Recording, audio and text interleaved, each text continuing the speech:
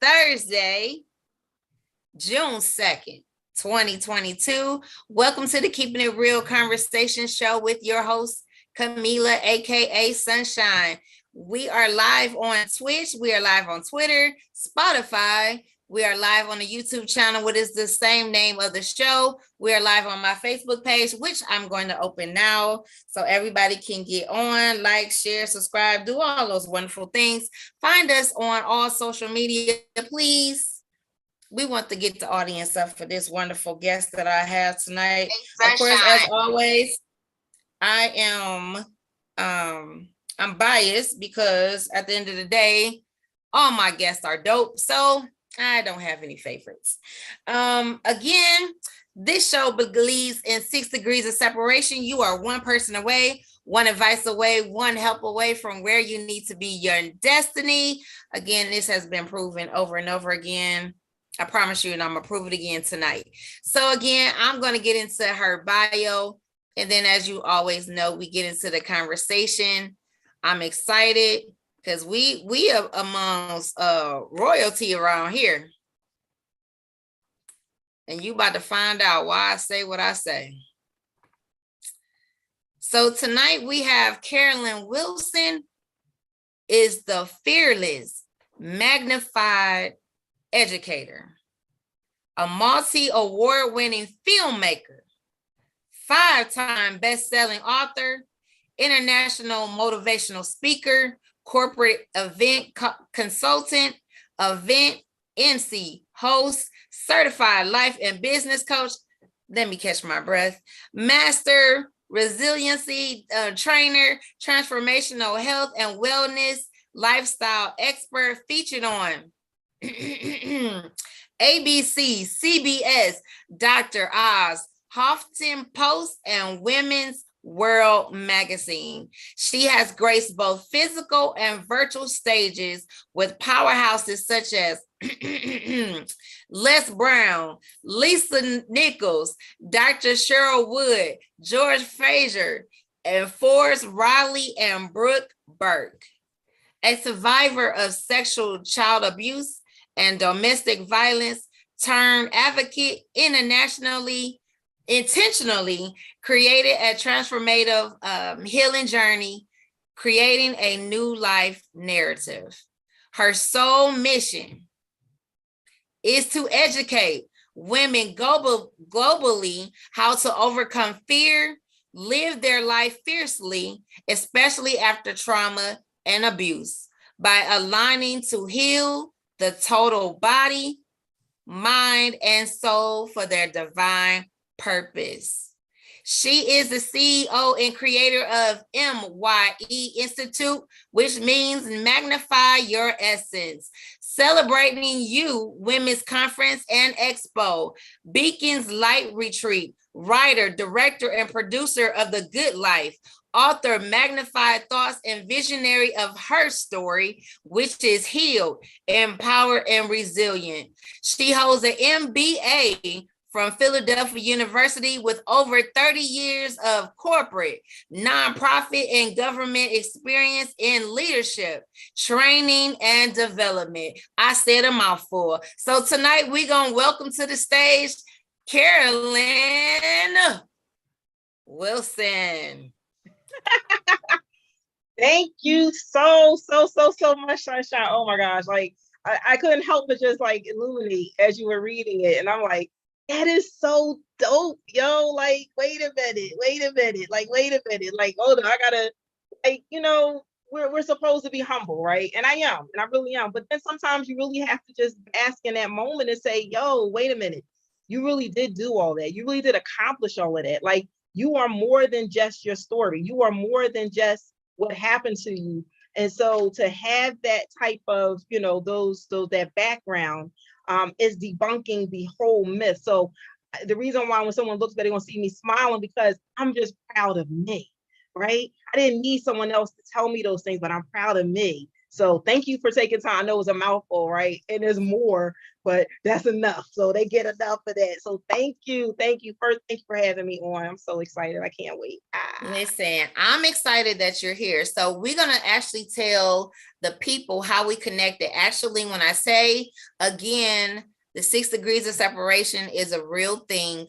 I could take it down from Main Event to Naya and Eugene Napoleon to Beverly Brooks to here we are tonight. She said after we had a conversation, me and Beverly, about the show and how she just so proud of me. She said, I got some more people you got to talk to. And she names Carolyn. And she was like, she's going to do it. But Sunshine, you might want to get your tissue prepared because the story that she has is mind blowing. I said, I'm all for it. I'm listen, I take all of it. I take all of it. And also a powerful Black woman that's winning out here. I'm all for it. For the simple fact that we're not out here on polls. We're not out here doing all the crazy stuff to make yourself better or all of the other stuff that we do just to get money and all of that stuff. But at the end of the day, she got brains and beauty. Yeah, I said that part. Yes. Brains and beauty. And some of the times we don't understand that, as we always say, being a trailblazer, being a survivor, sometimes we don't want to be the ones to go through the thing. But at the end of the day, it wasn't for us. It's for you. For all those who are tuning in or know somebody who's going to go through the things that we have conquered and survived and still smiling, and we don't look like what we've been through. This is testament right here, right before your eyes, to know that if I did it, you can too. Absolutely. Absolutely. So, Miss Wilson. Yes. Where shall we begin? Where shall we start? Exactly. So let's go back to your childhood. Now, in the bio, it said that you was a survivor of child abuse. Yes. What age did the child abuse actually start? So the age is as far as I can remember. So I would have to say as an infant, to be quite honest. It literally goes back as far as I can remember. My abuser was my father. So it was and the type of abuse was sexual abuse. So I was molested by my biological father from, once again, I'm going to say an infant until my teenage years. So basically my whole formative life, that's all I knew, right? That's what I took in. Now there was different pockets of when it happened, because when he had access to me, but for the mere fact that it still happened. The reason why that I say it was as far as I can remember, and then I say no, I'm believing it was as I was a baby, because the thing is, our body, it keeps the score. It remembers things that subconsciously, that consciously, that we don't recall. Like I can recall as far back as possibly 3, right? But it really, there's something about when I see a little girl that's younger than 3, even when I had my daughter, like I have a son and a daughter. When I had my son, it was nothing. But when I had my daughter, I was feeling all some kind of ways and I was getting triggered. So that's telling me that it happened when I was an infant, because I didn't have those same feelings when I had my son.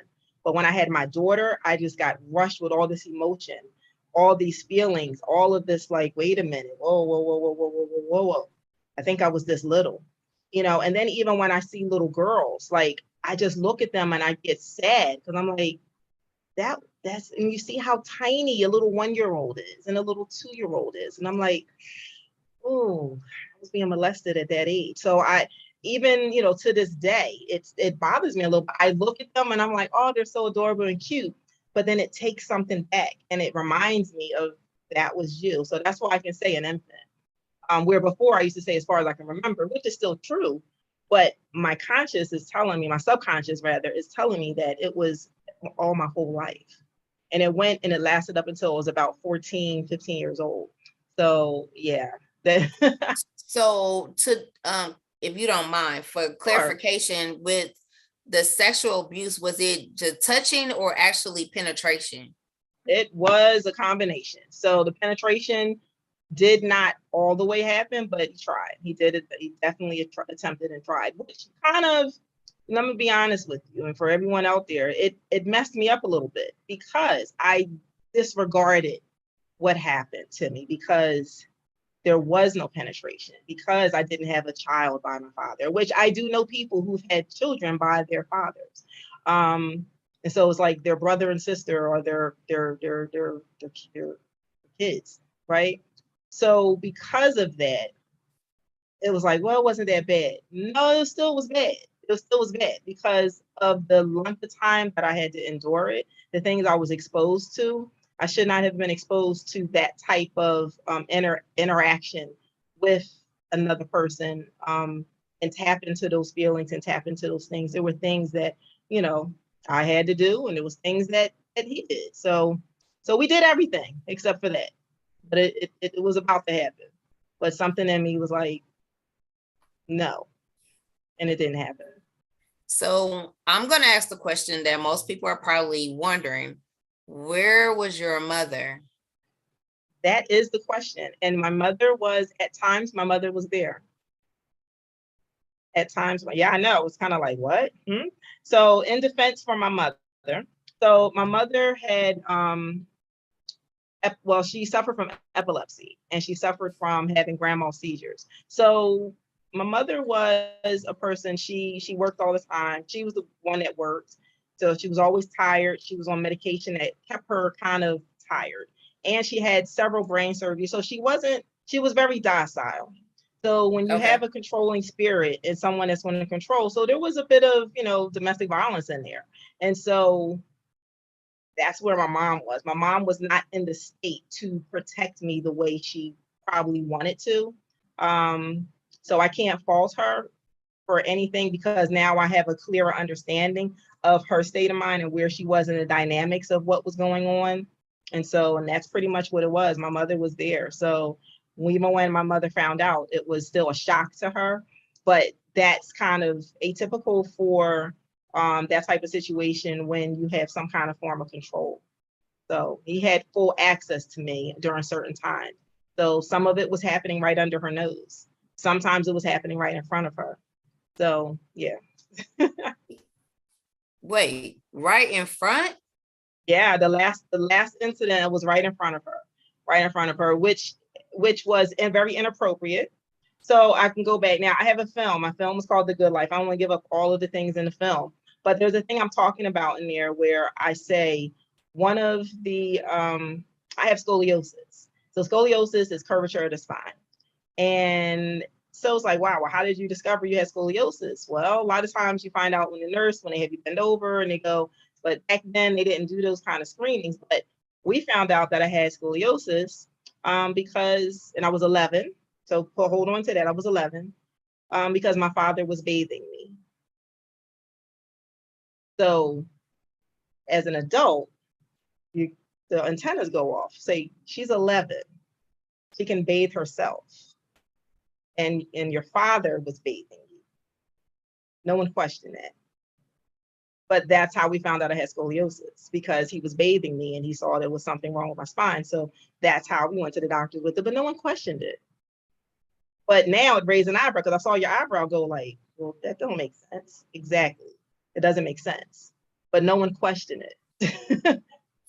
It was just, we need to get your spine checked out. But no one further went into the, how did you find out or how did you see it? No one questioned it. But that's the whole issue with when you deal with sexual abuse or sexual child abuse or manipulation, whatever, especially when it's your parents. They just say, oh, well, that's just a normal thing. Or maybe a 5-year-old that's still pushing it a little bit. But 11, that's unacceptable. So let me ask this question. You said that your mom basically wasn't there with her health condition. Right. Was this health condition already in place when your father was with your mom? Meaning, like, while they were dating, it was already there? Yeah, it was already there.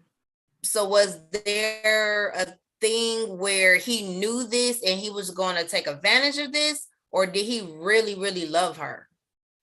Oh, I don't know. I don't know. All I know is that from the stories, but that's all I have is stories from my family.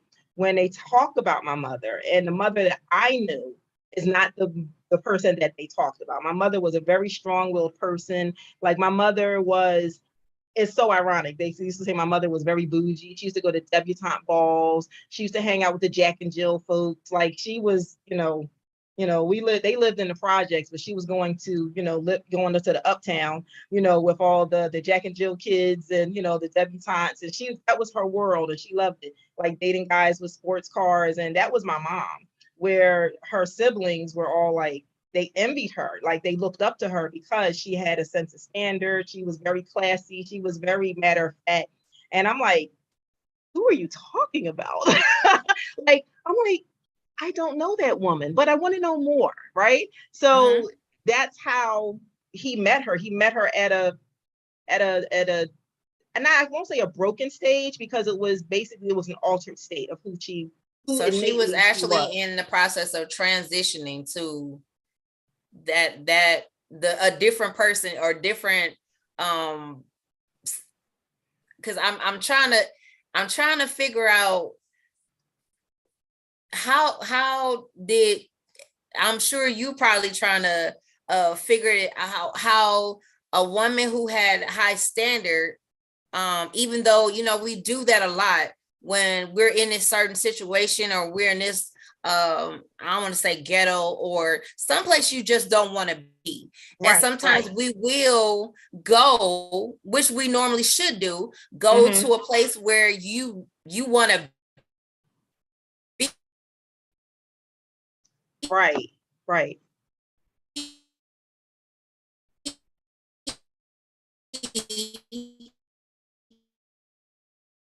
It froze on me. Or you rub elbows with to. Oh, you froze on me. Repeat. You said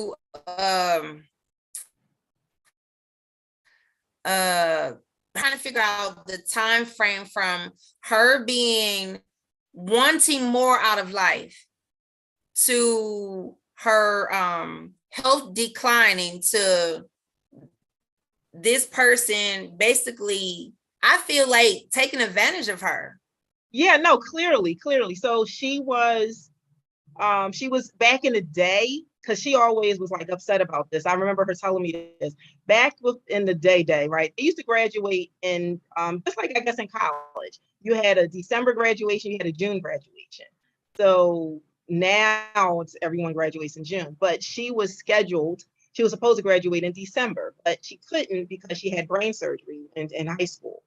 So she had several brain surgeries. So that was pretty much prior to him meeting her. She had already had some things. She was already being altered in her way of being, in her state of who she was, because of the brain surgery, because of the medication. It just kind of made her a little bit more, I don't know, like I said, docile and timid. I don't know if that was all the cause of it. But then when you get enthralled with an individual, I mean, my father is mixed. So I'm pretty sure, and I saw pictures of him when he was younger, and I guess she was just like, wow, he was very charismatic, handsome, tall, he's mixed, looking like El DeBarge type of thing, So, and they met in college, they met in community college. And so, and that's where the love affair, I guess, began, I guess. So I can't say whether he did or he didn't. I don't know. And I will never find that out. But they did get married. I do know they got married. Well, because they were married, but I found out that they got married 2 months prior to me being born. So I was like, oh, that was a shotgun wedding. So right. So whether there was love for her or love for me, I don't know. Clearly there was something altered within him, right? But once again, I don't have those answers for that. And it does make you wonder. And as I'm older and as I start to unpack things and if I had healed from things, I don't fault either of them, right? Because I have to take an understanding of where my mother was at. And I also have to take an understanding from where my father was at. And I have to look at the time frame. My father is a result from, and this is once again, it's not to discredit or give him a pass, because there's never a pass for what he has done, right? But he is a product of the war. So the Germany, my grandfather was in the service and he went over to Germany and then he stayed in Germany and that's where he met my grandmother. So, and then they had children. They had children. So, but he had to leave. So my father, probably more than likely, if I had to analyze it, or I had to psychoanalyze it, by the time my father came to the States, so now you got to think about it. My father came to the States when he was 13 years old. So from what I understand, my grandfather, like I said, he was back and forth from being in the service, and he missed out on having a dad, right? So he didn't have his father there. Plus, his mother is white. He clearly, when you look at him, you're like, it's not like, oh, you're just light skinned. No. It's like, what are you? It's one of those, what are you? Like, you could be this, you could be that. Like, what literally are you? You don't know. But he lives his life as a white man. He lives his life as Caucasian because that's more accepting, right? Where it's not accepting anywhere else. So now you have the fact that they come to the States, right? They come to the States in a time of segregation. My grandfather's from the South. He could not take his white wife and his mixed looking, white looking children down South. He could not do that. So they had to come to Philadelphia. They had to stay up north. So you got to think about the time. And then they come there and they come into, right now we're open to mixed races and biracial, because I'm, I guess, triracial or whatever. I just came out on the darker side of things. My cousins are lighter than you. Like, so I just came out on the darker side of things. I'm much lighter than my mother and I'm darker than my father. So we'll put it that way. I'm a blend. I'm a blend.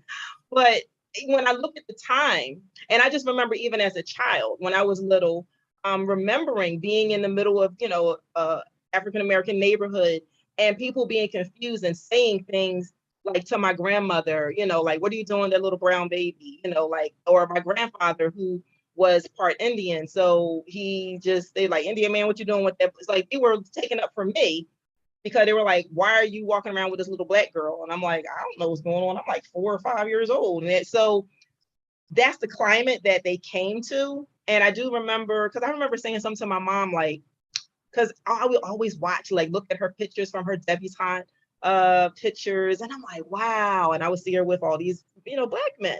And I'm like, why can't they be my daddy? Right. I was like, why you have to marry a white man? She's like, he's not white. And I'm like, yeah, he is. Yes, he is. And see, this thing is, being in the hood, it drew attention to me. So it drew attention to me in ways that I didn't want. It drew attention to me because the way I look very different than everyone in the neighborhood. I don't know why. My hair was different. I look different. I act different. I talk different.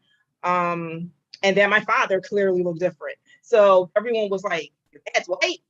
And I just was like, oh God, like, you're bringing more attention to me. I don't want this attention on me. Right? Because it was something different. But at the same token, I've learned to accept things that are different because I grew up in this environment. I grew up in a triracial environment, learning German at a young age. And like I said, my grandmother and then my grandfather, and, with it's just been a rainbow coalition in my house. It was a rainbow coalition. That's so for me, that was normal. What it sounds like. Yeah, it was a rainbow coalition. So it was normal for me. But, once again, I got the whole, oh, you sound like a white girl. I'm like, what's a white girl? Like, what are you talking about? Because I know how to enunciate all of my vowels and syllables. Like, I don't know. Like, what is that? So I got that ever since I was little. So being that he was molesting you, right, from infancy to 14. Was that 14? Yeah, I was about 14. Yeah, about 14. So looking back at incident. I was actually in a body cast when that happened. That was the last incident. I was. Do you think that someone was touching him? that possibly, like Possibly. I've come to learn that a lot of molesters was molested themselves. Possible. And I never discredit that. I said something could have happened to him or must have happened to him in some way, shape, or form. But I do know that my father had a lot of anger in him. Okay. Right? He had a lot of anger in him. And I just gave you a narrative to some of the things that he possibly could have been angry about. You're in your space, you're living there, you're 13, you're probably like, where's my father? Like, who is this man? He just comes in and he goes, right? And now you're taking me from what I knew, and now I'm going into this new place, and now I'm here and people don't accept me. I don't even know so I mean, you got to look at the whole dynamic, right? And once again, it's not an excuse, right? It's not an excuse, but I have a better understanding, right? I have a better understanding, which allows me to forgive even more differently. So whatever he did, it comes from a different spirit. It comes from something that's not of him, that has something that that has taken over him. Because what would possess a person, and that's the key word, possess a person to literally have sex with your child, with your daughter? No. And forget about it being another little kid. That's one thing. But this is your seed. This is your child. Like, this is your child. Like, nah. And you don't see anything wrong with this. It's just like, okay. So there has to be some kind of hate built in. There has to be some kind of just insecurity or something going on within his spirit. And so, but at the core of it, and it took me a long time to unpack this, for a long time, because at the core of it, he's a good man. And that's kind of weird. It's like, well, how could you say that? And the reason why I can is because a lot of the values that I've learned came from him. Now, as far as, watching my mother and how she moved and things like taking care of me and just doing things necessary, like her, what's the word I'm looking for? Just the way she moved. So I can see how I emulated that, right? By doing whatever I can for my children, just like she did what she could for me, right? With the best she had. But when it comes to the things that, having manners and just, accepting the world in a certain place, I got a lot of that from my father. And for the longest time, I had a problem with that, because how can I learn all of these mannerisms and learn things that were good and great for me? Like, for instance, he was against me working when I was in high school. No, you can't work because you need to study, for school, and you need to get your grades up. And so me being rebellious, I'm like, oh, you don't want me to work?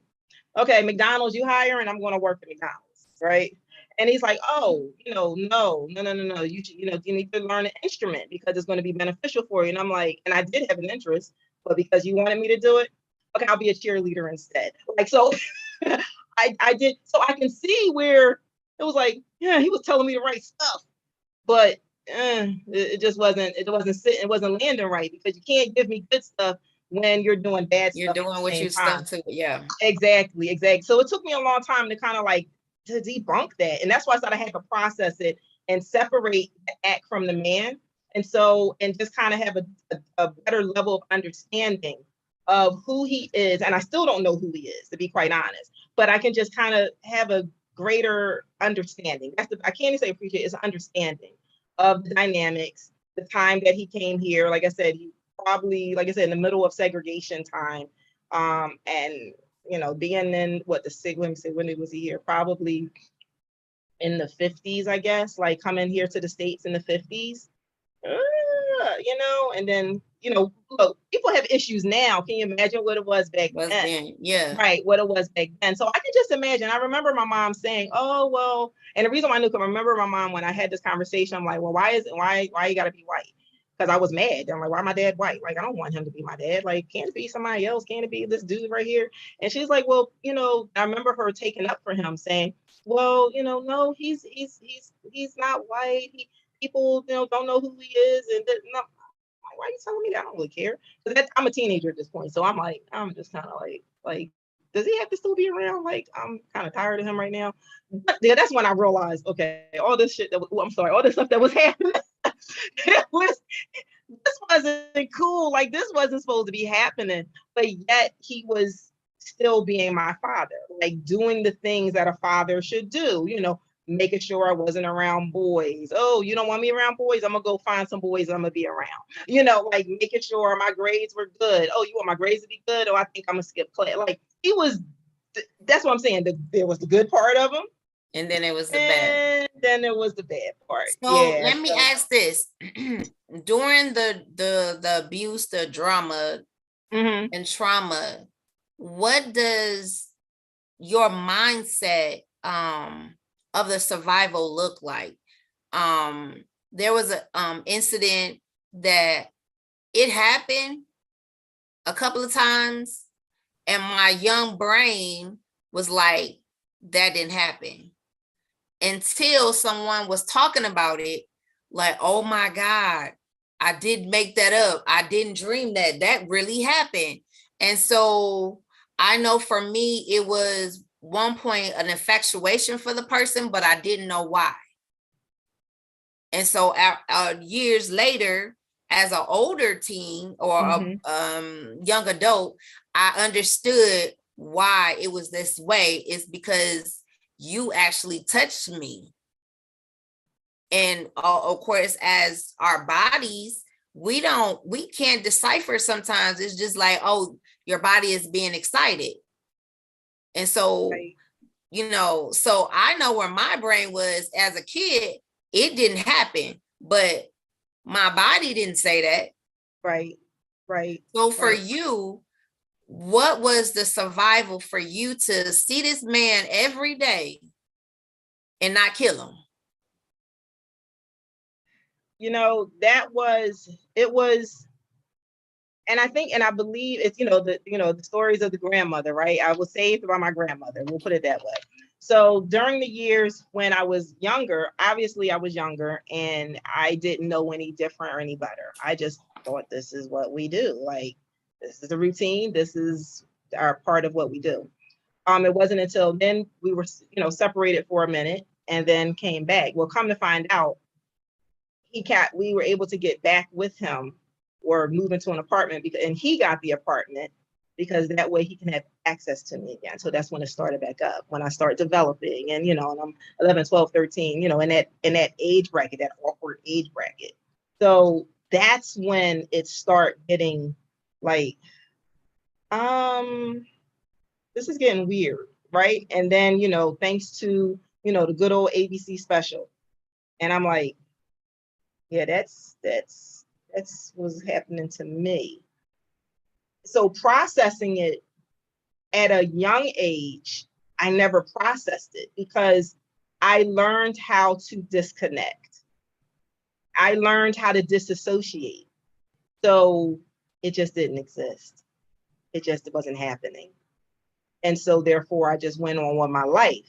But yet there was a part with him, I just had this anger inside towards him because at that point I knew this isn't right, but yet you're doing this stuff to me. And I didn't know how to stop it. You know what I mean? So it wasn't until as I got older and removed from the situation, and then it was in the way I responded to him. Because I remember he would call and, check on me and I'm on the phone, yeah. It's like, okay, I love you. All right, we done? Like, yeah, I was that daughter that, according to him, he probably told everybody, oh, she doesn't love, like I made him cry several times. He's like, why are you not telling me you love me? And I'm going, why should I? Because clearly you don't love me. So I started to know that and I responded in that way, or reacted in the way of like, I don't really care. But I never knew how to process it and knew what to do with it because I just didn't subscribe to him trying to give me love because that ship had already sailed. So let me ask you this, since you brought that up. So we fast forward to high school, college. Were you, because for me, certain things, I became promiscuous, very promiscuous. And that was because I was open. And I didn't understand that until I'm in my late 20s, 30s. Like, why are you doing this so much?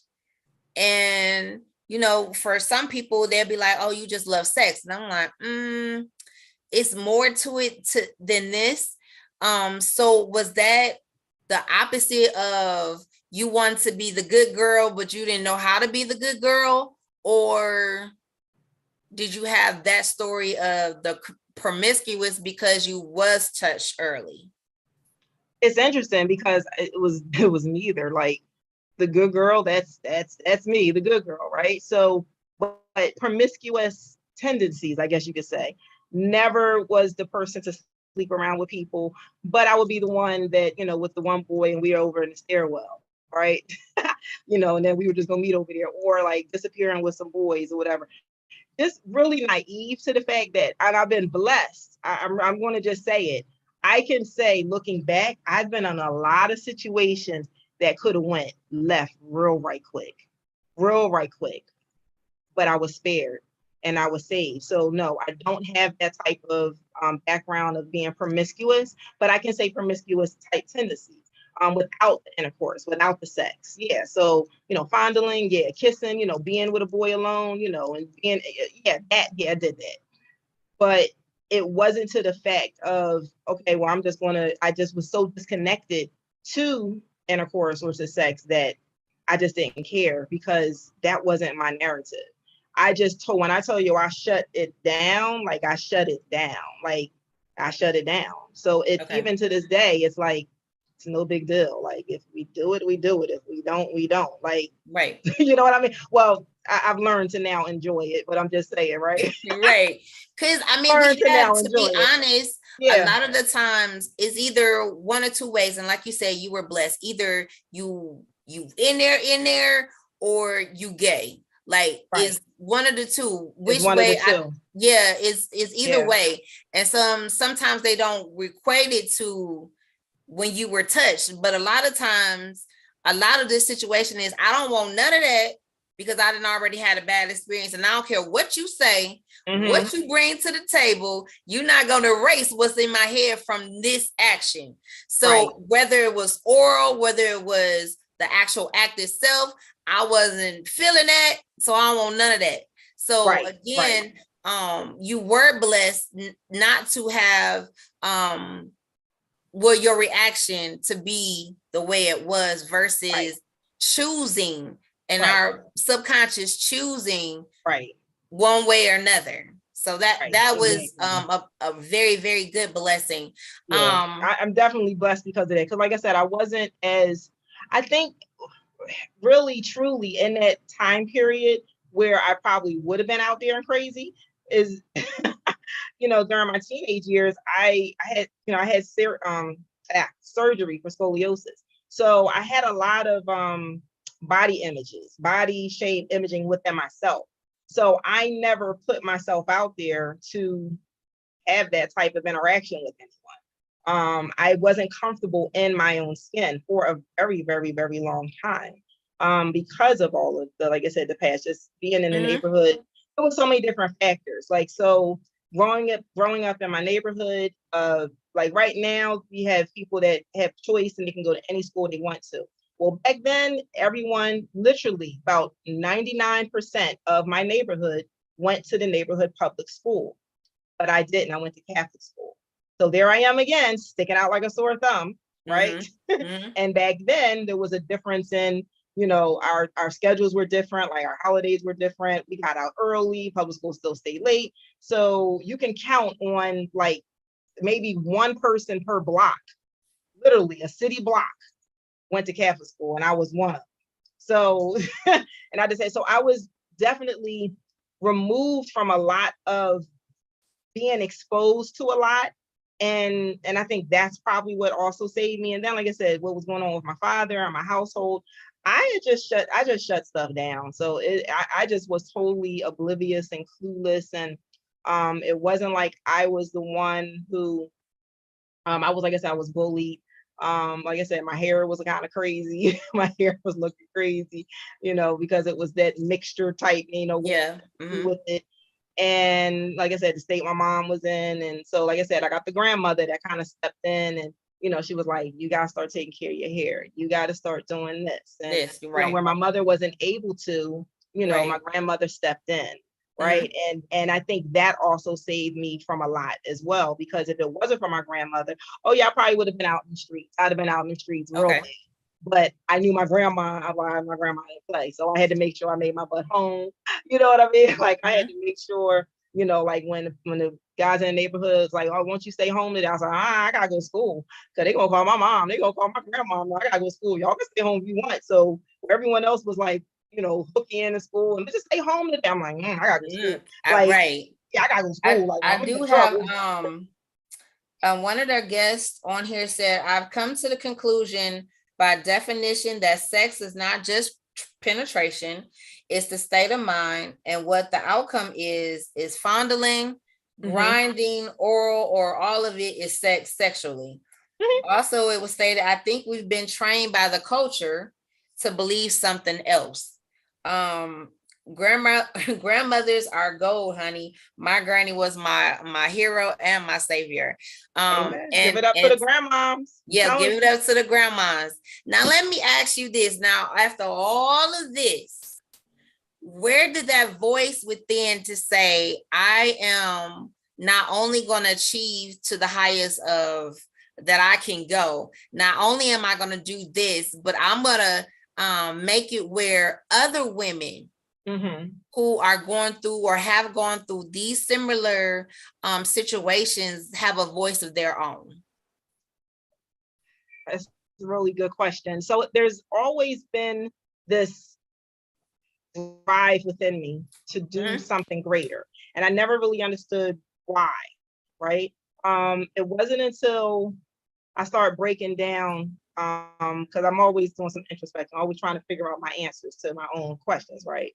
So it dawned on me that my grandfather, who was my father's father, I went to go tell him what was happening, because this is when I finally told, right? When I finally had the courage to tell.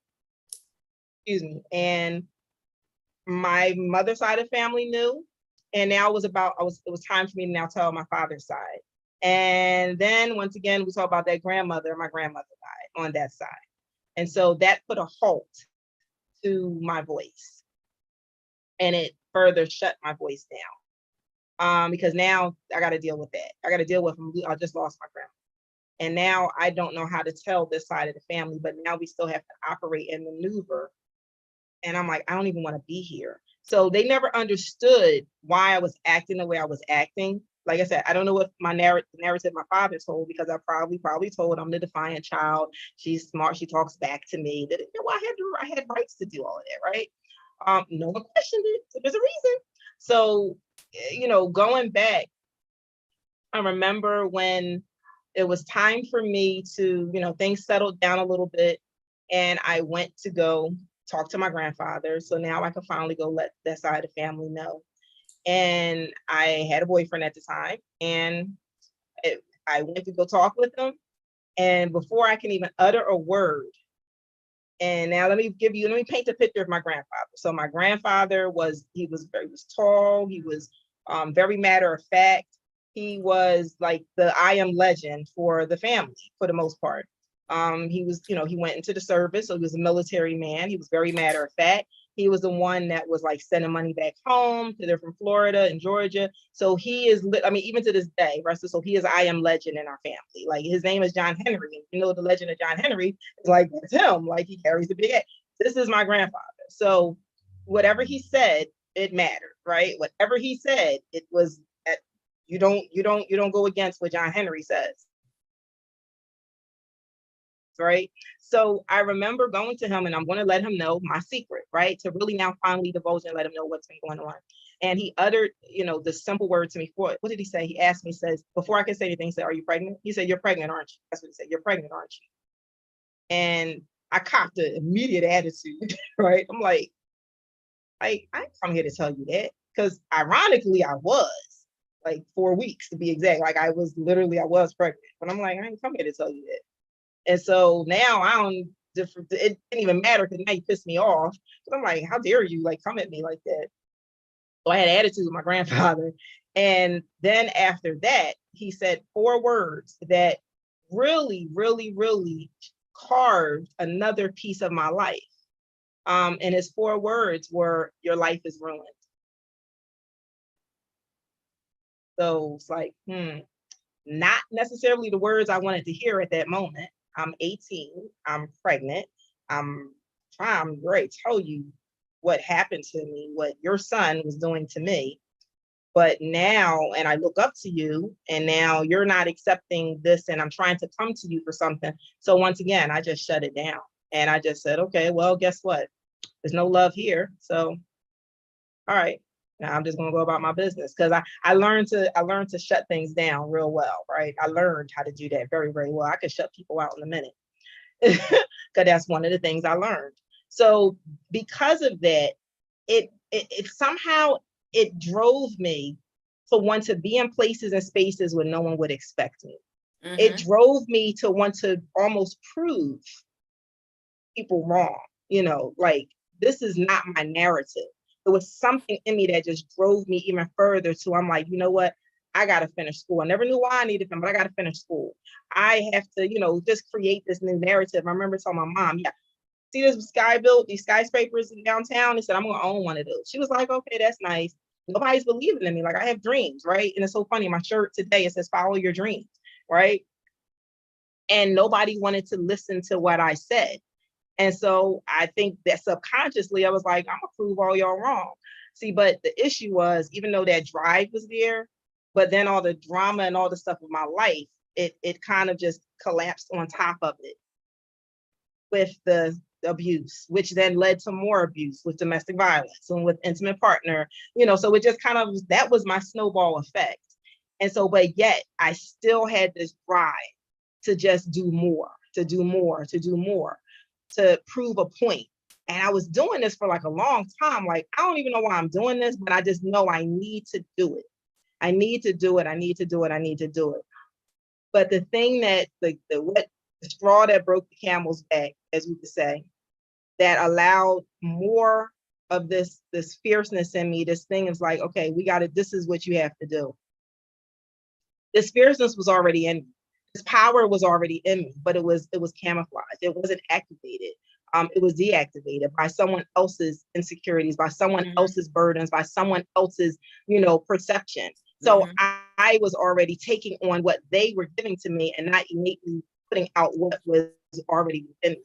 So when you least expect it, I just always kept saying I had, and it's interesting you said, you had an affinity or you had this love. Like I still had this, even though I knew what my father did was horrific, even though I know what my dad did was not acceptable, but yet there was still this yearning for my daddy. There was still this, I wanted to know where my daddy was. I wanted to see him. I wanted to know where he was. What I was going to do. I had no clue, but it was something that I was like, I just need that in my life. I need my father, but I didn't know why I needed him. And I didn't know what the reason was. And I also knew that there's a disconnect in my life. Something is off. Like I'm doing all these amazing things. At this point, I had already graduated from college 3 times, right? I had already, got my son through private school and had gotten him through to an Ivy League institution. I was already serving on board, serving, giving, right? And so, but there was a mix match because I'm like, I'm in these places and spaces with like, lawyers and judges and city officials, and I got a seat at the table, but I don't feel like I'm supposed to be here, but I'm there because I've been placed there. But I'm like, why am I here? Because I feel like they're here and I feel like I'm way down here, right? Mm-hmm. But they didn't tell me that. I told myself that, right? Until I had to level the playing field and bring myself back up to this place and space. Mm-hmm. So it's be careful what you ask for, because I kept asking, I kept seeking, and I kept trying to figure out me. And that's why I'm trying to have a better understanding of why my life is like this. Like, it doesn't match. Like, here it is, I have an MBA. Why do I got to take these crazy jobs? Like, why do I have like things just Why do I keep getting these crazy relationships? Like, think something's not right, right? And then when I least expect it, I find out that my father, so now I finally found my father. I found him in jail because he was molesting another child. And so that was my breaking point. That was my tipping point. That was my point of no return. That was my point where my Heavenly Father, and see, I'm a Christian, so I believe everything is spiritual for me, but my God, my higher power is God. And I know other people may have other different modalities. I don't really care what you believe in, as long as it's something of good, right? Something good and not evil. And as long as you understand that there are things and there are sources, like you said, there's 6 degrees of separation. There's power and there's energy that's around all of us that drives us to the different things that we do and how we respond and how we react and who we are. And once again, the things that are innately within us, it's just other people's crap that's covering us, and we allow it to stay. So at that moment when I found out, this was one of those, you ever see the show Snapped? Oh, it was a snapped moment because I snapped. I snapped because I'm like, wait a minute. I got pissed. I got really angry. It was so many different emotions that came into my spirit because I had already told. Because remember, I told you earlier, I said something. I finally said something, but yet nothing was done. And then I attempted to keep trying to fight it. And then eventually I just had to say, you know what? I'm fighting something that I can't win. So I just gave up. Now, who knows? I may have been that much closer to it, but I gave up because it was too much for me to bear. But now at this moment, my Heavenly Father said, okay, daughter, this is what you asked for. So, I got plans for you. This is what you asked for.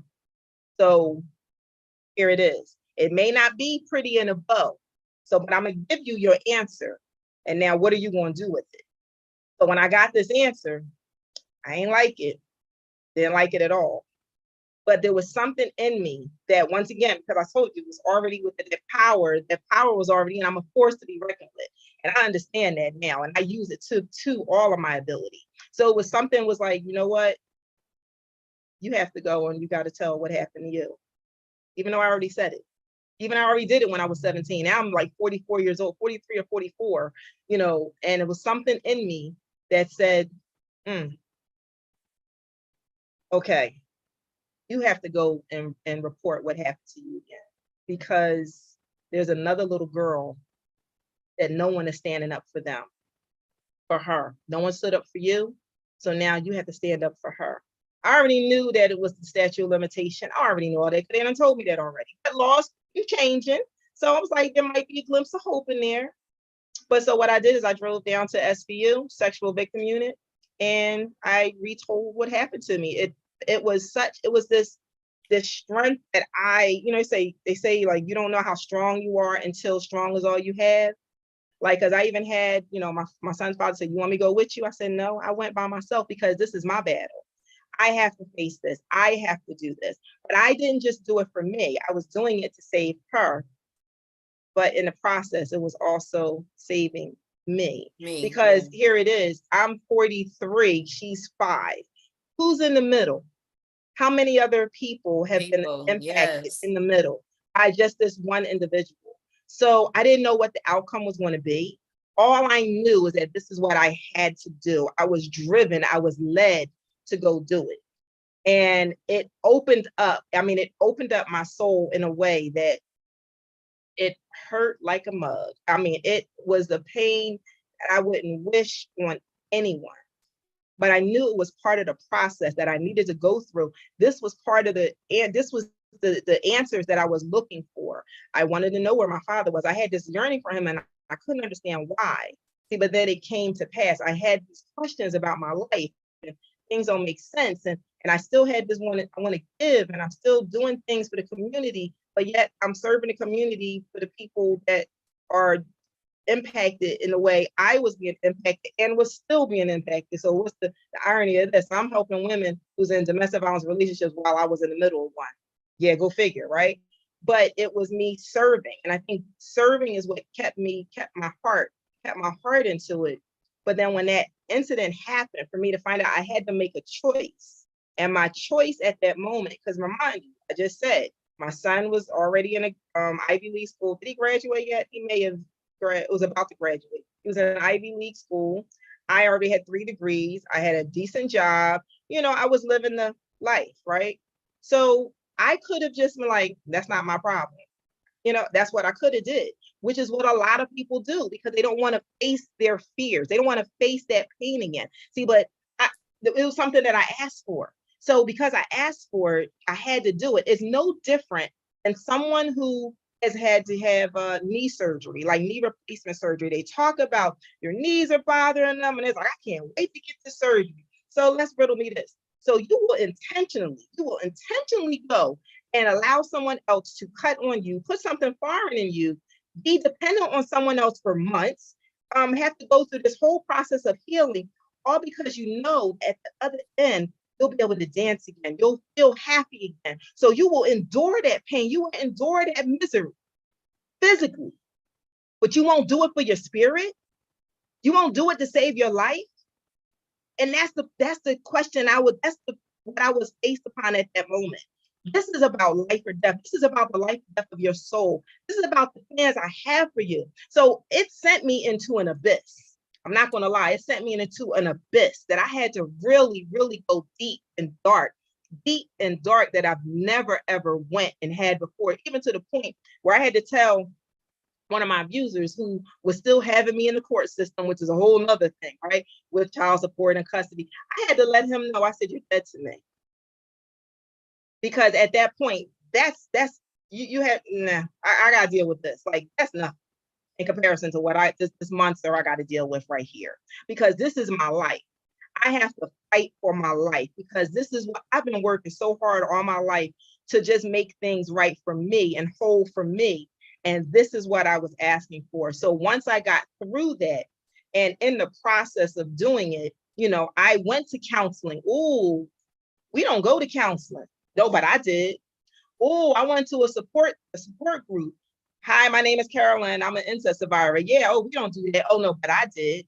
Oh, I started putting the pen to the paper and I just started writing. I was fussing, I was cussing, I was all kinds of stuff because that was all part of my healing. Because my soul was crying for years. And so now this is what I had to do. And I found this strength that I didn't even know I had. Sunshine talking about, like, who is this chick? Like, you a badass. Like, I didn't even know you existed. Like, you are your mama's child. You know what I mean? So I just had to take this stance. And when they asked me, you know, I went to the station, and he's like, he looked up everything and put his information in. And then he brought me back a picture, and it was my father. Mind you, I haven't seen my father in like over 30 years. And he's like, so do you know who this is? And I say, it looked like my father. And he's like, all right, well, we got a situation here, because he was already being contained. But the thing was, my act of selflessness, right, prevented him from being released. He was about to be released. He was about my sister. Oh, I didn't tell you, the little girl was my sister. That I didn't know I had. Boom. How about that one? Yeah. Oh, it gets even deeper. It gets even deeper because the mother of the child, we're the same age. So when I tell you I went into an abyss, I went into a very, very, very, very dark place. I went into a very dark place where I had to really, it was survival. It was either sink or swim. And I decided to swim because my life depended upon it, because it was not my fault. We always hear it wasn't my fault. I didn't do any of this. So, but I needed to come forward to be able to save that little girl so she doesn't have these questions. Now, she's going to have her own path. She's going to have her own journey. She's going to have her own things to process. But if I can stop it, oh yeah, guaranteed, I'm going to stop it.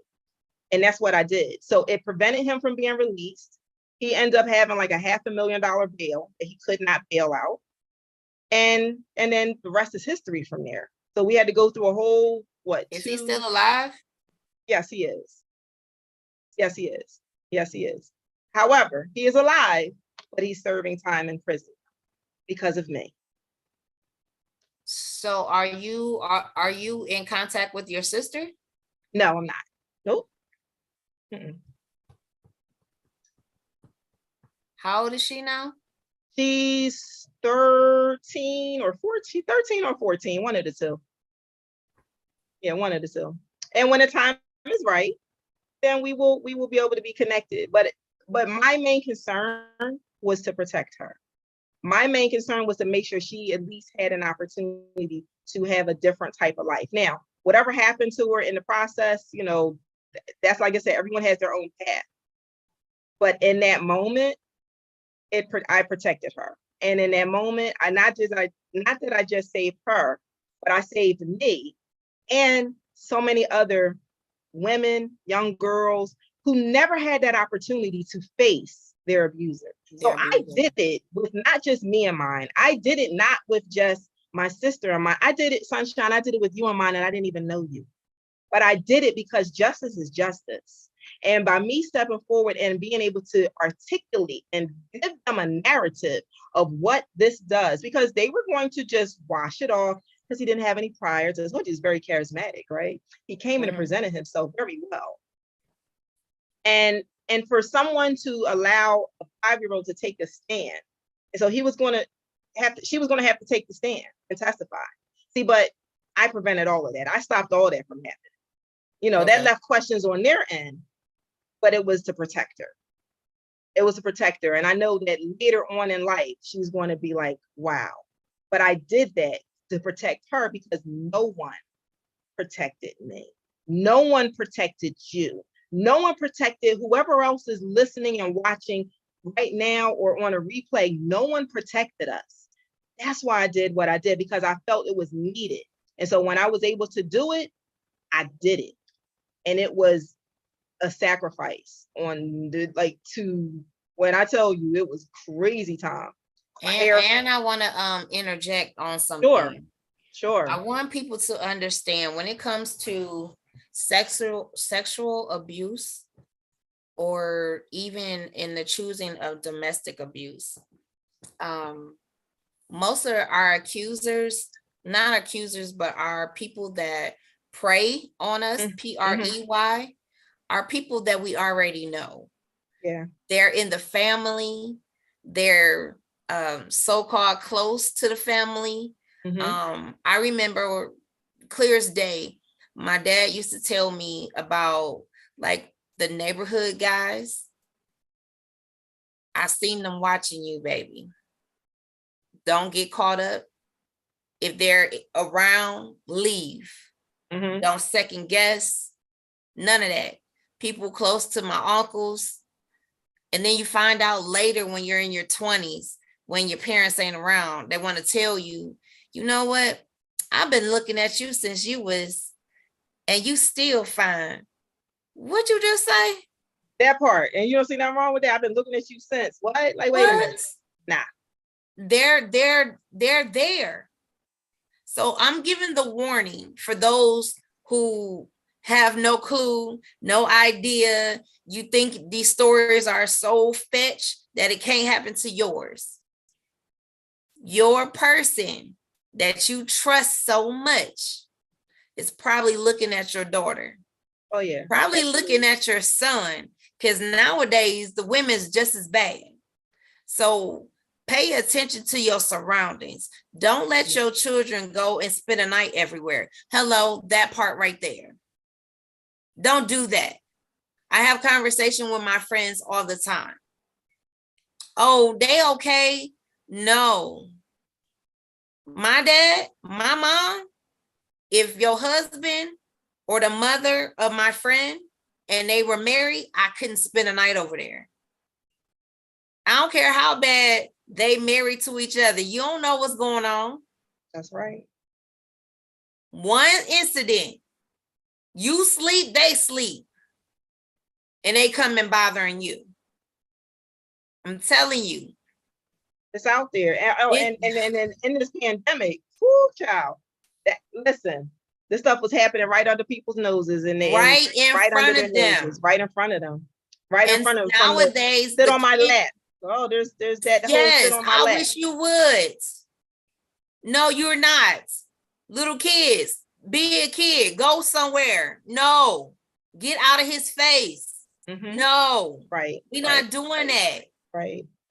And the stuff we have to go back to guarding our kids, and then we get mad when things happen. Where were you? Yeah. While you was trying to get high and drinking and doing all this other stuff. You got kids. They're your responsibility. They're your priority. Where you at? Where are you? I'm tired of seeing the stories. I'm tired of seeing it. And you on the news crying like I didn't know. What you mean you didn't know? You hit the ignore button. That's what you did. Yeah. Now you got a whole life to figure out if your child's still here. Right. What they gonna have to deal with for the rest of their life because you dropped the ball. Right. Right. And now our kids don't even have that type of relationship where they can even be honest with you. They can't even tell you. What does that look like? Right. Come on. We have our responsibility. You brought these kids here. They didn't ask for that. Where is the protection? Like she said, where were they? Mm-hmm. Right. Now it's our responsibility. We hear the stories. We hear the horror stories. Thank God we made it out. Amen. But we don't have to. We're telling it for a reason. We're telling it for a reason. Age do not matter to no molester. It don't. Mm-mm. Mm-mm. Don't look halfway decent. They looking at you. Dress appropriate. You know, as a girl who was developed, I wore big clothes on purpose. I didn't like men looking at me like I'm a piece of meat. I didn't like that. I did it on purpose, and they still bother me. People, wake up. Wake up. We are in dangerous times. Wake up. Please. Yeah. The story I heard Sunday. Thank God I don't look like what we've been through. Yeah. You know how many times we probably cried? You know how many times we probably like, God, can you deliver me right now? And then the thing is, when you're asking for the delivery, right, and you're crying, right, you're asking for the delivery and you're crying, don't ignore how it comes to you. Pay attention. Like it's not going to come. And I'm letting you guys know, it's not going to come pretty wrapped up in a bow. Like, here's your solution. No, you're going to have to work for it. You're going to have to work at it. See, but we come from a place where things are we just get passed. We get passed by. You know, things are just acceptable. You know, oh, that's okay. No, it's not okay. And so anything that you want, you got to work for it, right? At least that's what we should be doing. But a lot of things are just given to us.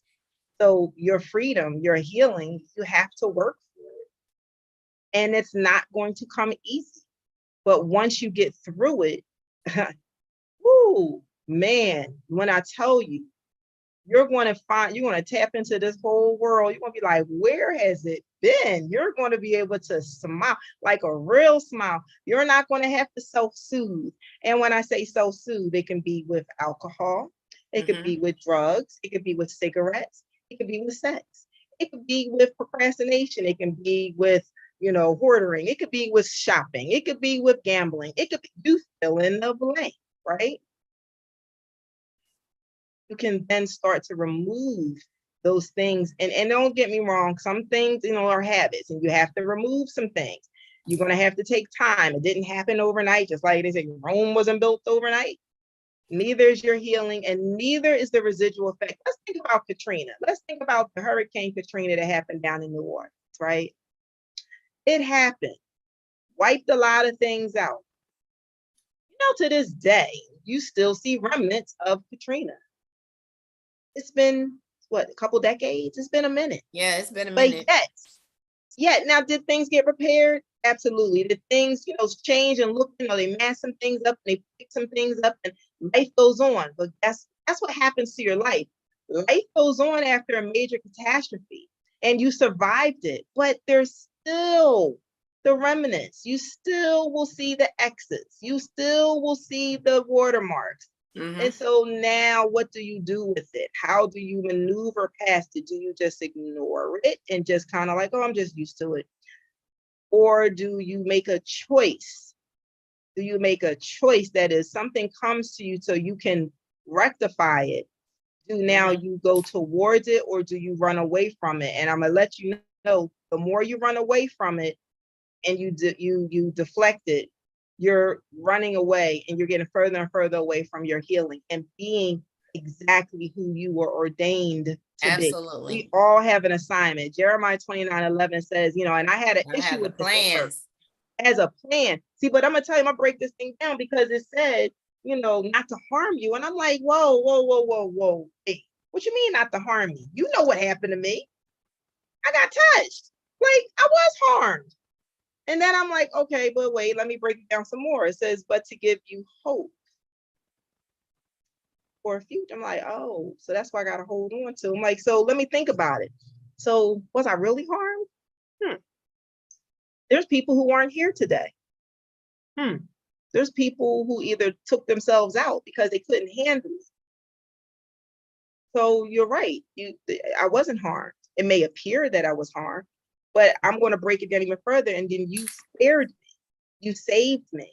So now I can either subscribe and prescribe to the woe is me. This is what happened to me, and this is why I act like this, and I'm the victim, and this, you did this to me, and I can do all that, right? Or I can make a choice and say, yeah, that did happen to me, but I know what God said, and He said He has a plan for me. So it was planned for me. So I can't speak to the masses about something that I don't know. Exactly. So, and I know it very intimately.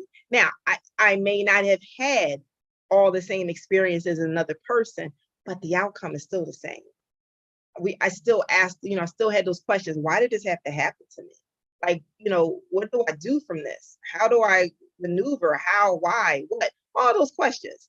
Doesn't matter. It doesn't matter if he physically penetrated me with his penis or not. He already penetrated my soul. Yep. My soul was already penetrated. So there you go. And I like what the listener said about it's all of those things. It's a state of mind. It's all of those things combined. And so, and it's so funny when you said about and I'm gonna show this to you. And there is no shame to any of this, but I'm gonna share this with you for a second. So there's a transformation. Today is Thursday. How cool is that? So today is, Thursday is about transformation. And you started off with, like being on a pole. So yes, we do have a lot of our sisters that go to that world, right? They go deeper into that world. Once again, self-soothing, right? They go deeper into that world. They go deeper into, this is a level of acceptance. And you know what? Now I'm getting no attention, but I got the power because now you're going to pay me money. You're not going to take it from me. I'm going to let you I'm going to be in control of this. So there's a whole dynamic behind it, right? So not only does it take it takes so many different levels of strength. See, but with me in that narrative, I have taken that and used it in a way for empowerment, for not just myself, but in the way people view it and see it. Because does that other world exist? Absolutely. And if you dig back into their stories, it's some kind of trauma that has happened to those girls or those men, right, that are in that world. But listen, I can't knock your hustle. You got to do what you got to do. But at the same token, what can I do for me? And I'm going to tell you that I found liberation. I found another level of me through the pole. And I want to share this with you. So this is me, because in that time and process, I had gained like 70 pounds because I was stressed. It turned into autoimmune disorders. It turned into me being on chemotherapy, turned into me taking prednisone, turned to my hair falling out. It turned into so much that it was detrimental to my life, right? And my spirit and my soul and all of those things once again, right? Because I'm fighting through it. My body is going through this like haywire, right? And because of, we already talked about the whole, I was a person that was disconnected, right? I just disconnected. So I never really got to evoke or tap into my own sexuality for me, not based on someone else. Okay. And so with that, when you can lay back in your own power, and this is one of the moves that I love to do, and it's called the layback. because that means I get to just let go. I get to let go and have no inhibitions about myself, who you are, or who anyone thinks about me, because I know who I am. I know how God has made me, and I understand the purpose that He has put me here for, to allow other people to understand that what has happened to you does not define you. You can recreate your own narrative, and then you can possess and create this power within yourself.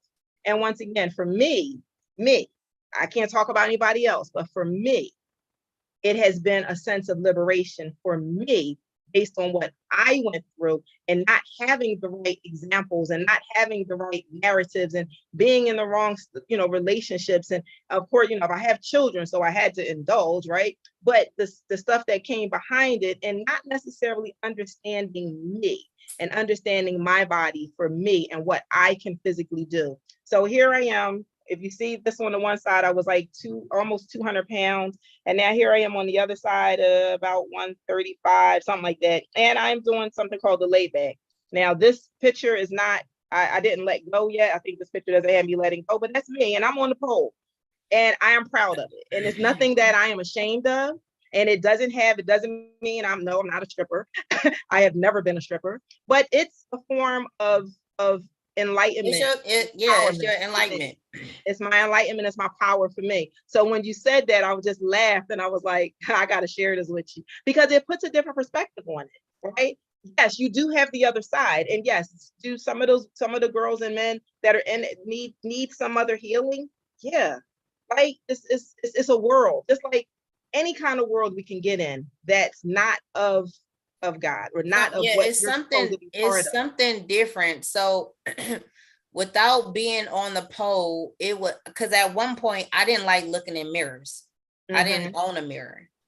And at one point I was close to 300 pounds, being depressed, broken, all of that stuff. But then there was a moment where it switched for me. Mm-hmm. And in this process of where I am, I like doing modeling, which was something totally different from my norm. Yeah. And I found that I walk totally different now because I model. Yeah. And at one point I didn't have that. So for you to dance and be on a pole, you grabbed your confidence and your sexuality back from your abuser. Right.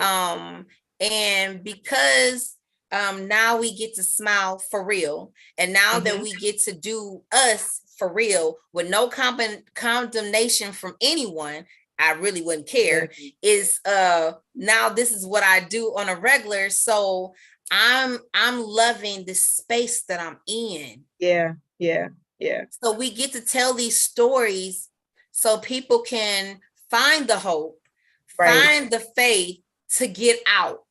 Right. Or to tell your own story, because we all have one. Right. This exactly. We all have one. We all have one. And of course, it's, because and once again, we have to find what works for us and what speaks to us.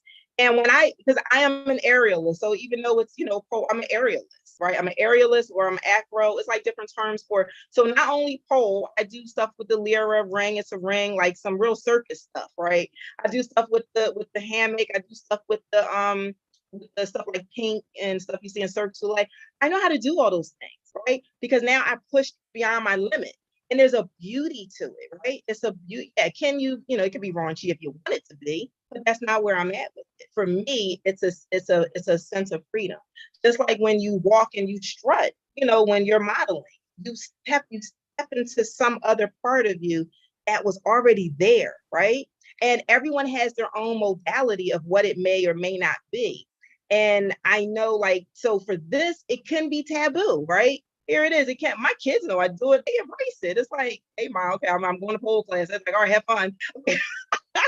And I'll show them, look what I did. Look what I did. And they're like, okay, Mom. And that's empowering, because I'm not saying I could get on a pole.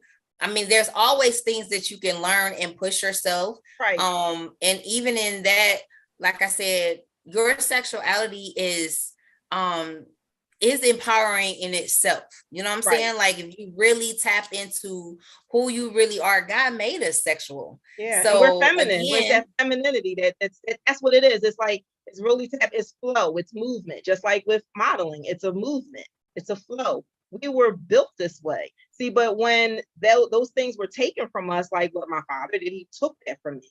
Instead of embracing me for who I was and nurturing me and guiding me to really understand who I am and the power that I have, then, and here's the thing, you have to look and you take it from another spiritual realm. See, all of us that have went through something is because we are powerful beings, and other sources knows it and had to infiltrate. absolutely. So guess who wins when you don't debunk it? Guess who wins? Absolutely. You don't. Right. So that's why we were put here, to make sure we share this story. We make sure other people know that there is a light outside of this tunnel. Like, you can everyone has their own lane. Someone can be an advocate. Someone can be someone that goes and help the laws get changed. Someone can now be there for the little ones. Someone can be there for the adults. Like, we all have a lane. We all have a place and space in this.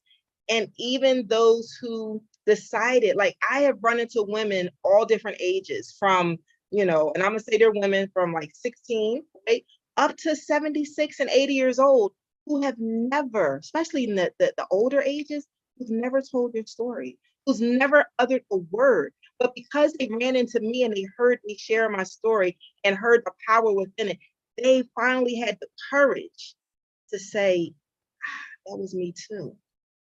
And I thank you, because you made me not feel ashamed about it. And I can embrace them. And how freeing is that, to live all those years of your life holding on to someone else's bags, like, and then you add your own bags on top of. No wonder stuff is heavy, right? No wonder stuff is heavy, but we just figure out how to maneuver again, because what Erica Badu say, bag lady, we carrying all this stuff. What do? We just shift it, and we just, instead of putting it down, we just figure out how to recarry it. Exactly. Let me see. Anyone that's on now who has a question, if you wanted to write it in the chat room, we will definitely ask her a question. And of course, I always ask my guests two different questions. One, what does a balanced life look like for you? A balanced life. That's my word for this year. Balance. A balanced life is being self-aware. Is really, if I have to really narrow it down to one thing, it's just about self-awareness. Because self-awareness is the foundation to self-love, to self-care, to self everything, right? Self-esteem. Even, to self-doubt. When you are aware of who you are, whose you are, what your abilities are, what your capabilities are, then you can then find this balance when life triggers you, because we're going to have triggers. So now you get to identify what they are and how you choose to respond to them opposed to react. That's the balance that you have in your life, because it's like you're your own yin and yang. Things aren't going to be hunky-dory all the time. And I'll give you an example. Yes, today I am a ball of fire today, right? I am a ball of fire today. Today was like flipping amazing. But can I tell you that yesterday, was it yesterday, the day before, it didn't start off that way. I had a day that was crappy. And my day started off like I was feeling really bad about myself. I was feeling really sad. And I had to identify what it was. And then I had to just kind of go, okay, Carolyn, let's stop focusing. And then I start, see what happens. And this is what happens. You'll start off with one thought, and then you'll start spiraling and start going down this rabbit hole and this slippery slope. See, but when you're self-aware and you know what happens, you can stop it.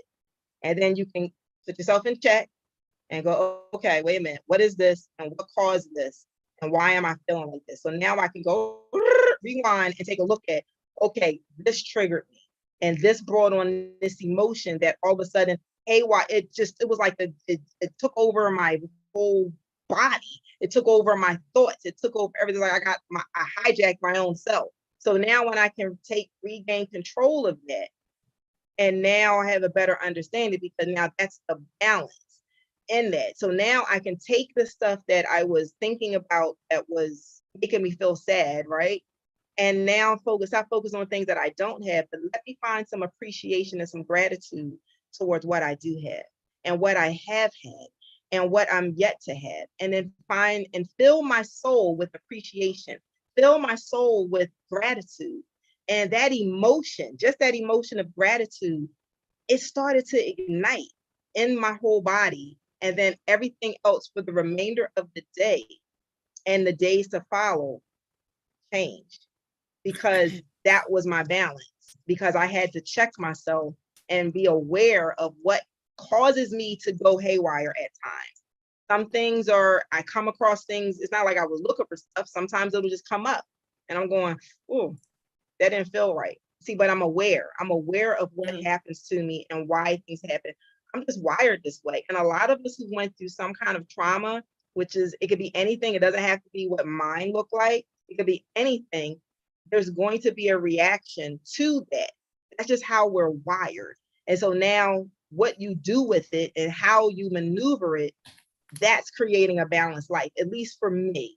And I've been able to create balance in the good and the bad, because that's balance, right? Trying to find that middle ground. There are some days where my scale going to be tipped and I'm going to be like, whoa. So I was able to self-regulate, and I knew, oh, okay, let me go to my accountability partner. I called my cousin. I was like, yo, I said, I'm having a moment.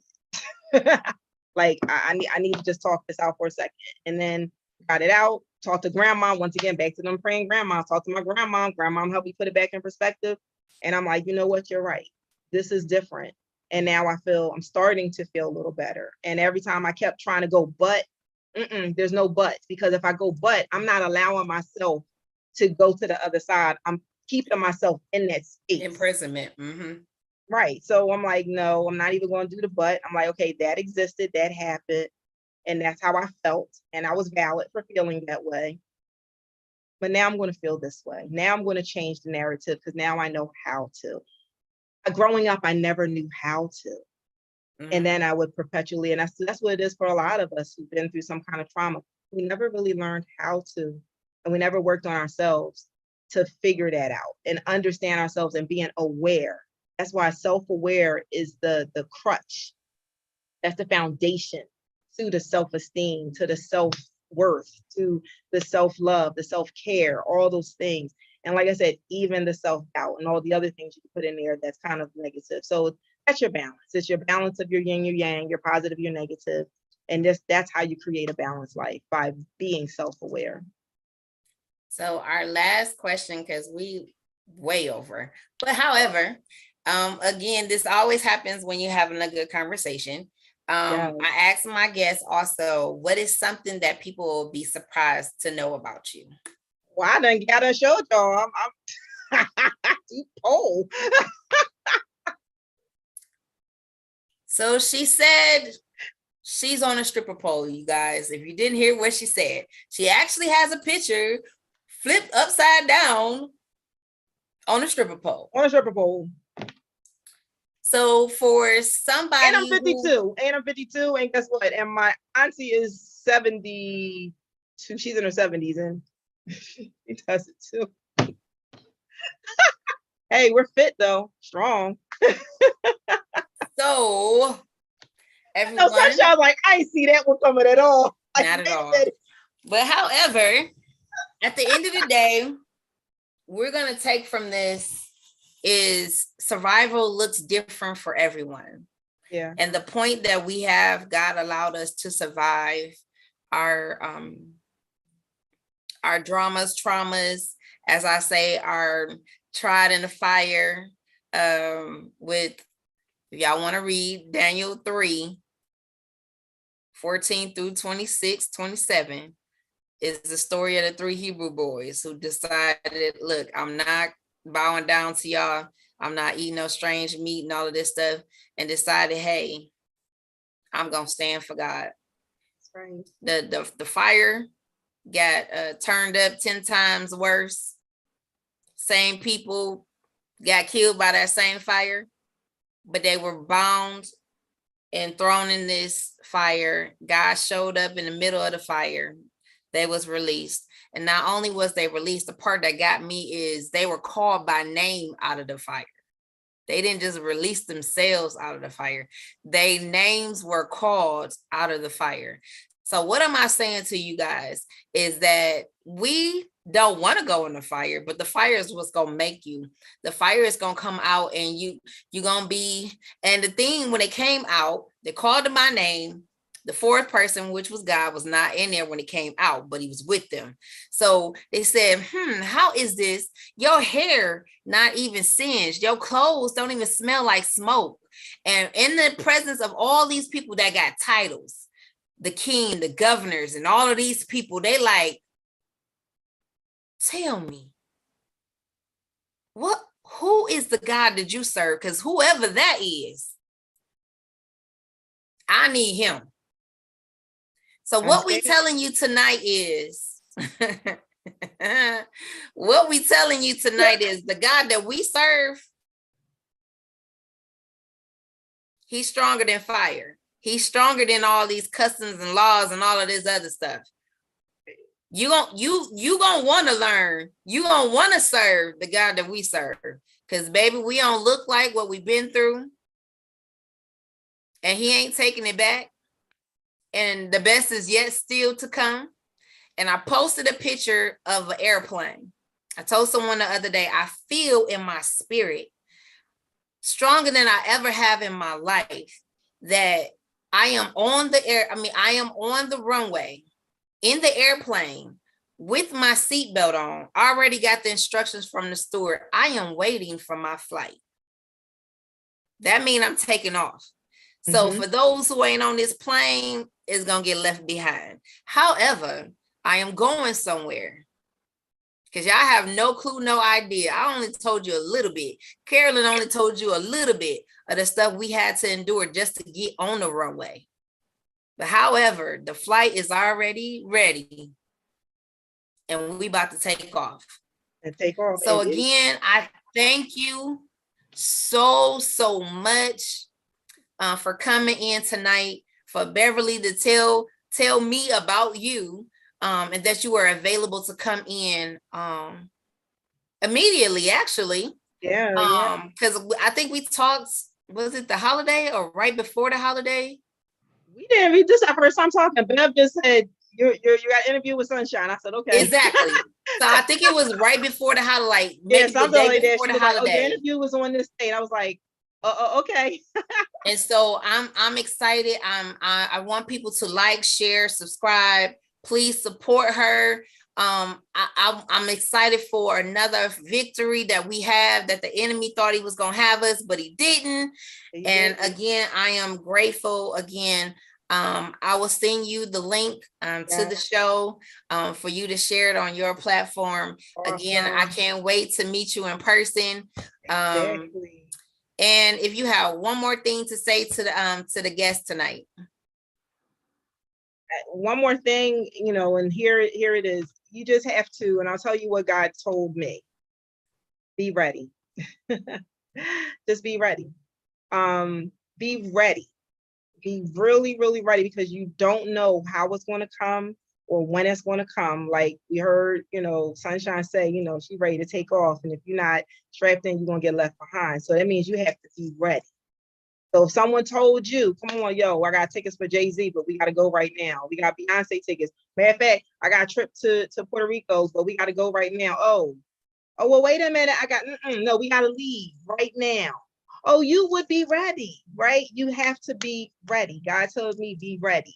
So and my pastor said, be ever so ready. So anything that you do, just be ready. And it's about being healed, empowered, and resilient. And that's what this journey for me is right now. At this juncture of this part of the journey, it's about her. And I don't know if Bev has shared it with you, but she is one of the co-authors. It's 25 women from around the world, because all of us have an assignment. And part of my divine assignment is to allow other people to be able to share her story.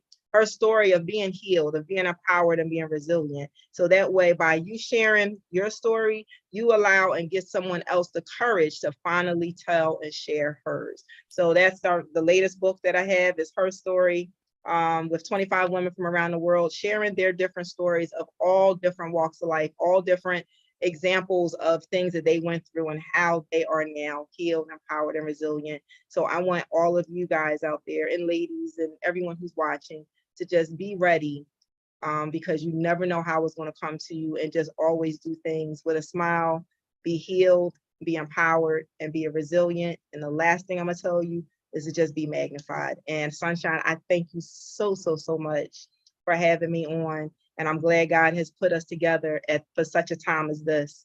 It's the year of her. That's all I'm going to say. It's a year of her, because we have to get this message out, and being transparent, and that's what it is. But it's not just being transparent, it's also being vulnerable on top of that.